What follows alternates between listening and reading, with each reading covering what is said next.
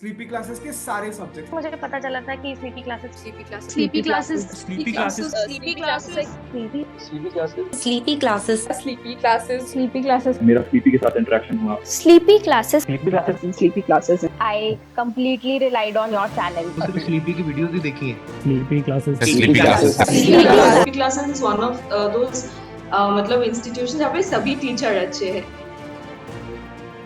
Hello everyone, my name is Varda Khan and I have secured All India Rank 18 in Civil Services Exam 2023.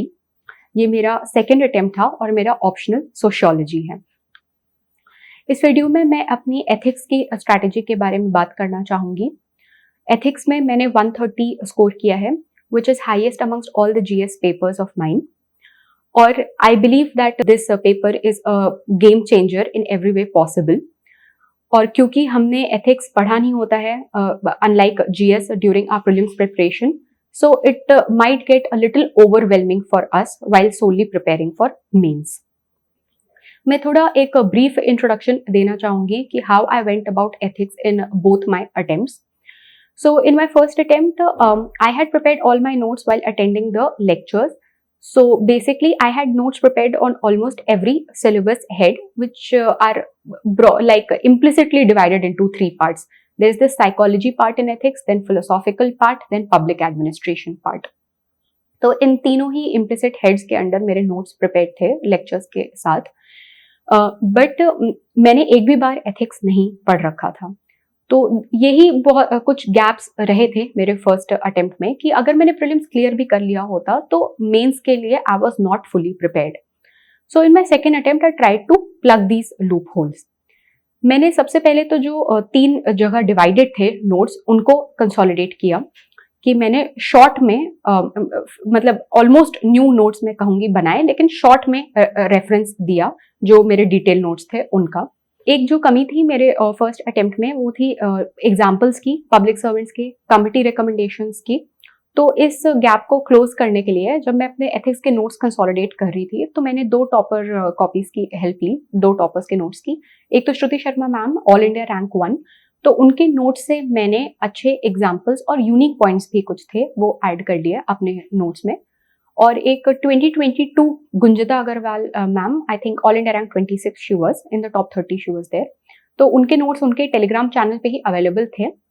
I just glance through her notes और मुझे अच्छे कुछ points मिले जो मेरे पास इतने detailed में नहीं थे ऑलरेडी, तो वो मैंने अपने नोट्स में ऐड कर लिए.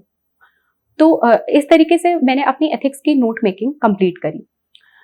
इसके अलावा मेरा एक अपना पर्सनल स्टडी ग्रुप था. We were a group of 4 to 5 friends and rest of them had written mains before, but this was my like this was supposed to be my first mains. 23 में मेरा अगला attempt होने वाला था और 2022 में जब मैं अपना फिर से गेयर अप कर रही थी नेक्स्ट अटेम्प्ट की, उसकी बात है.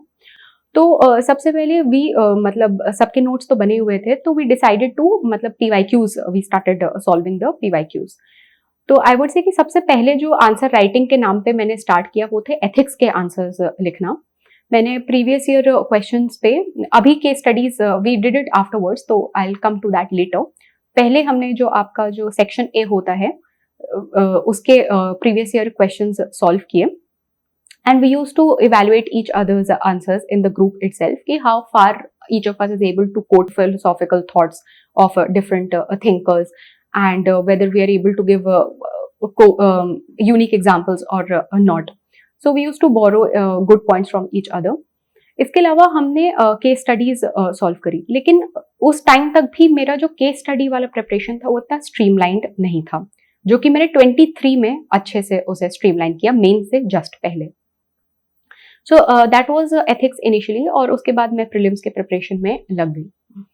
जब मेरा प्रीलिम्स क्लियर हुआ तो मेंस से पहले what I did was I was a part of this Understand the UPSC community that is run by Satyam Jain sir. तो उसका मैं SFG मेंस ग्रुप का पार्ट थी, जहाँ पे फॉर स्पीड डेवलपमेंट वो हमें एक फ्लैश राइटिंग सेशंस करवाते थे for all the papers. So and it prove to be particularly useful for ethics, क्योंकि जिसमें वो हमें पहले क्वेश्चंस देते थे and he used to set a timer and tell us ki halfway done, like 7 minutes you get for a 10 marker and 11 minutes for a 15 marker. So he used to like say in the background ki time starts now, and we used to write our answers. So वो questions वो देते थे उसी time, और इस तरीके से वो टाइम करवाते थे हमें, तो ताकि स्पीड डेवलप हो.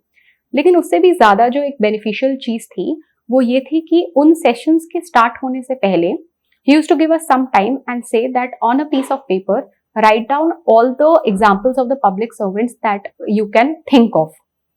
तो इस तरीके से क्या होता है कि जो हमारे सबकॉन्शियस में एग्जाम्पल्स होते हैं वो फ्रेश हो जाते हैं once you write it down कि हाँ ये मुझे याद है, और मैं कोई भी वर्च्यू या कोई भी टॉपिक से क्वेश्चन आएगा तो यहाँ पे इन्हें कोट कर दूंगी. जैसे कुछ एग्जांपल्स मैं अभी याद जो मुझे आते हैं, सत्येंद्र दुबे सर जो आपका गोल्डन क्वाड्रिलैटरल वाला ये आपका केस था हाईवे वाला, so he is associated with courage. Then Saumya Pandey ma'am, she is recent she is an IS from one of the recent batches, how she cut down on her maternity leave to take care of the COVID affected district that was placed under her supervision.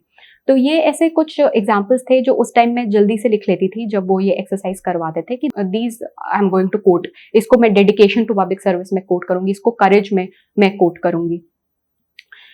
इसके अलावा वो इसी तरीके की दूसरी exercise करवाते थे that on a piece of paper you have to write down all the philosophers और जो उनके थॉट्स हैं कि क्या उनके बेसिक आइडियाज हैं. तो जैसे ड्यूटी मतलब परफॉर्म करना इमैनुअल कांत से हम रिलेट करते हैं, या हम चारवाक की philosophy which talks about materialism वो लिख लिया. और इसी तरीके के प्रिंसिपल्स जैसे जॉन रॉल्स का आपका वेल ऑफ इग्नोरेंस है, तो ये कुछ philosophies we use to write down on a paper कि हमें कितनी याद है और कहाँ पे हम इसे यूज कर पाएंगे, तो वो हमारे सबकॉन्शियस से निकल के they use to come on paper. तो ये हमारे फ्लैश राइटिंग सेशन से पहले वो करवाते थे. तो इन चीजों से मेरे एग्जाम्पल्स भी रिवाइज होते गए और मेरी स्पीड भी डेवलप हो गई थी एथिक्स की. So I think that was pretty much about the section A part. Section B जो हम केस स्टडीज की बात करते हैं, आई थिंक केस स्टडीज में मैंने खुद से ज्यादा इनिशिएटिव लिया. So I had this person who जिसका first attempt था, we were a part of a similar sociology group. तो म्यूचुअल बेसिस पे हमने डिसाइड किया कि हम केस स्टडी सॉल्व करेंगे. तो ये इस एक और की टेक अवे है कि लाइक दिस आप डिफरेंट कम्युनिटीज से, कि आप किसी टेस्ट सीरीज का पार्ट हैं, किसी सब्जेक्ट के ग्रुप का, ऑप्शनल का कोई ग्रुप बना है टेलीग्राम पे उसका पार्ट है, and you just pick a partner and say कि म्यूचुअल बेसिस पे हम इसके या तो नोट्स तैयार करेंगे और क्वेश्चंस प्रैक्टिस करेंगे. तो इस तरीके से व्हाट वी बोथ डिड कि हमने डिसाइड किया कि हम पिछले 6-7 साल की केस स्टडीज जो हैं उठाएंगे और आइडेंटिफाई करेंगे कुछ रेकरिंग थीम्स जो कॉमन थीम्स हैं केस स्टडीज की, which you will be able to do once you go through the case studies. कि ज्यादातर या तो करप्शन पे आएगा और there will be international ethics पे केस स्टडीज आती हैं. जैसे मुझे एक याद पड़ती है, आई थिंक 2020 की केस स्टडी है जहाँ पे there is a person who is the chairman of Bharat Missiles Limited. So when you will revisit the question paper, you will be able to understand कि मैं किसकी बात कर रही हूँ. तो वहाँ पे एक ethical conundrum आ गया है कि आर्म्स सेल को लेकर के, कि it is a technology that is very crucial. तो मतलब उसके साइड इफेक्ट्स, उसके डाउन साइड्स हो सकते हैं अगर हम उन्हें सेल करेंगे, कि it might be susceptible to human rights abuse by the importing countries. और अगर हम वो नहीं सेल करते हैं तो हमारा जो इकोनॉमिक एक वो है इंडिया के ऑब्जेक्टिव्स, आर्म्स सेल ट्रेड का भी हमारे ऑब्जेक्टिव्स होते हैं, वो फुलफिल नहीं हो पाएगा. या हमारा कोई फॉरेन ट्रेड बायलैटरल ट्रीटी होगी या कोई अग्रीमेंट होगा किसी कंट्री के साथ, and if we refuse to sell our arms, वो ब्रीच होगा. तो एक इंटरनेशनल एथिक्स की केस स्टडी हो गई.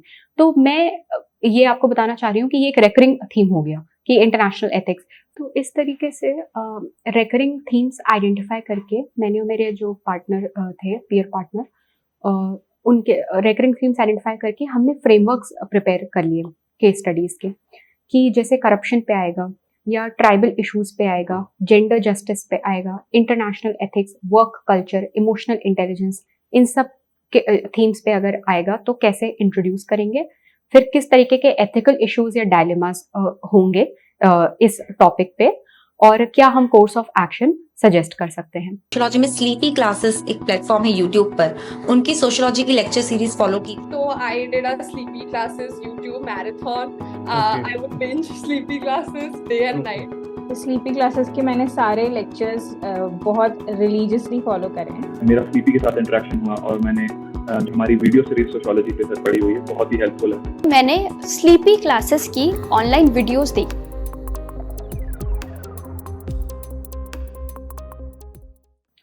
तो जब आप रेकरिंग थीम्स में फ्रेमवर्क्स प्रिपेयर कर लेते हैं तो जो केस स्टडी की स्टोरी है only that will change largely. I am not saying कि हर तरीके का केस स्टडी कवर हो जाएगा। जैसे इस साल के 2023 में आई थिंक वो लास्ट केस स्टडी थी जो बुलिंग पे थी और आपका सोशल मीडिया का कुछ उसमें था इंक्लूजन। तो there will be outliers of course, but largely कुछ रेकरिंग थीम्स हैं उसी पे आपकी केस स्टडीज आती हैं और अगर आप फ्रेमवर्क उस पर एस्टैब्लिश कर लें तो it becomes easier to insert your and मतलब आपको पॉइंट्स प्रिपेयर करने हैं and then you will be able to elaborate in the actual exam setting. इसके अलावा लास्टली मैं यही कहना चाहूँगी कि this might vary from person to person कि कैसे हम एथिक्स का पेपर अटेम्प्ट करते हैं। A lot of people attempt the case studies first और they give more importance in terms of the content to the case studies कि वो एक अच्छा कंटेंट होना चाहिए and they neglect somewhat neglect section A. But मैंने order में ही अपना पेपर अटेम्प्ट किया था, सेक्शन ए मतलब right from 1 to last question. मैंने सेक्शन ए पहले अच्छे से अटेम्प्ट किया था और मेरा मानना ये है कि वो अच्छे से अटेम्प्ट करना भी चाहिए क्योंकि वो एक फर्स्ट इम्प्रेशन आपका लीव कर देता है। और क्योंकि केस स्टडीज में mostly everyone of course and they will go for the ethical course of action and largely जो हमारे जस्टिफिकेशंस होते हैं कि हमने क्यों एक कोर्स ऑफ एक्शन चुना, उसके लिए हम जो भी एक फिलोसॉफिकल आइडिया देते हैं, डियोंटोलॉजी या टीलोलॉजी या गांधीज अहिंसा कहता है या you are doing it as a matter of duty, that will be largely common across the aspirants. तो एक आपका जो वो एक्स फैक्टर है वो आपके सेक्शन ए में ही निकल सकता है और उतना केस स्टडीज में नहीं निकल सकता। So with respect to ethics, conclusively my message that would be there for the aspirants is first of all you have to really take this paper seriously, and scoring high marks in ethics can really boost your overall GS score, because in GS 1, 2 and 3 there is only a limited range, but in ethics there can be extremes in terms of marks. So you have to first of all keep your consolidated notes. As regards example, besides your topper copies, there's this other thing which you can use, which I used to do sometimes. So with Hindu, there is this magazine or a very thin newspaper that comes every Sunday. So sometimes it has unique examples of people who have started NGO or a social sector initiative, and that you can quote as an example. So right now I'm able to recall one. So there's this project 39A that is with respect to provisioning of a free legal services aid. So it has been started by a lawyer. I'm not able to recall the name, but I had noted it down in my ethics that in terms of accessibility or rights of people, I would be able to quote this as an example. So the newspapers and the magazines that we refer in leisure time can also come in handy while providing examples for ethics. Thank you for watching my video, and I hope that this detailed strategy will help you overcome the insurmountable challenge that GS4 ethics comes out to be. Thank you.